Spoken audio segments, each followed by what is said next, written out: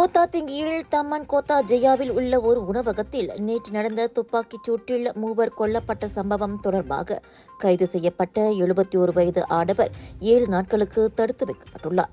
இன்று காலை இங்குள்ள மேஜிஸ்ட்ரேட் நீதிமன்றத்தில் சந்தேக நபர் ஆஜர்படுத்தப்பட்டதைத் தொடர்ந்து அந்நபரை தடுத்து வைக்கும் உத்தரவை மேஜிஸ்ட்ரேட் நூர் கலீடா ஃபர்ஹானா பிறப்பித்தார். அவரது தடுப்பு காவல் இன்று முதல் அமலுக்கு வருகிறது. தண்டனை சட்டத்தின் 302வது பிரிவின் கீழ் கொலை குற்றத்திற்காக விசாரிக்கப்பட்டு வரும் அந்த சந்தேக நபர் போலீஸ் பாதுகாப்புடன் கை விலங்குகளுடன் காலை 9 மணிக்கு நீதிமன்ற வளாகத்திற்கு கொண்டு வரப்பட்டார். 2 ஆடவர்கள் மற்றும் ஒரு வியட்நாமிய பெண் கொல்லப்பட்ட இந்த துப்பாக்கிச் சூட்டிற்கு தனிப்பட்ட கடன் விவகாரம் காரணமாக இருக்கலாம் என்று விசாரணையாளர்கள் நம்புவதாக நேற்று ஜோஹர் போலீஸ் தலைவர் டத்தோ அப்துல் ரஹ்மான் அர்சார் கூறியிருந்தார். பிற்பகல் மணி 1:30க்கு நடந்த இந்த சம்பவத்தில் 37 முதல் 63 வயதுக்குட்பட்ட 3 சம்பவ இடத்திலேயே உயிரிழந்தனர். துப்பாக்கி உரிமம் வைத்திருந்த அந்த நபர் துப்பாக்கிச் சூடு நடந்த 30 நிமிடங்களுக்கு பிறகு சம்பவ இடத்திலிருந்து சுமார் 200 மீட்டர் தொலைவில் கைது செய்யப்பட்டார்.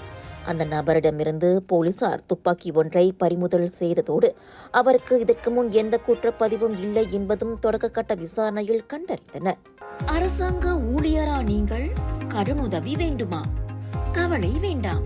உங்கள் பண தேவையை தீர்க்க காத்திருக்கிறது அரசாங்கத்தின் முழு அங்கீகாரம் பெற்ற நிதி நிறுவனம் அங்காத்தான் ஜாதி டீரி.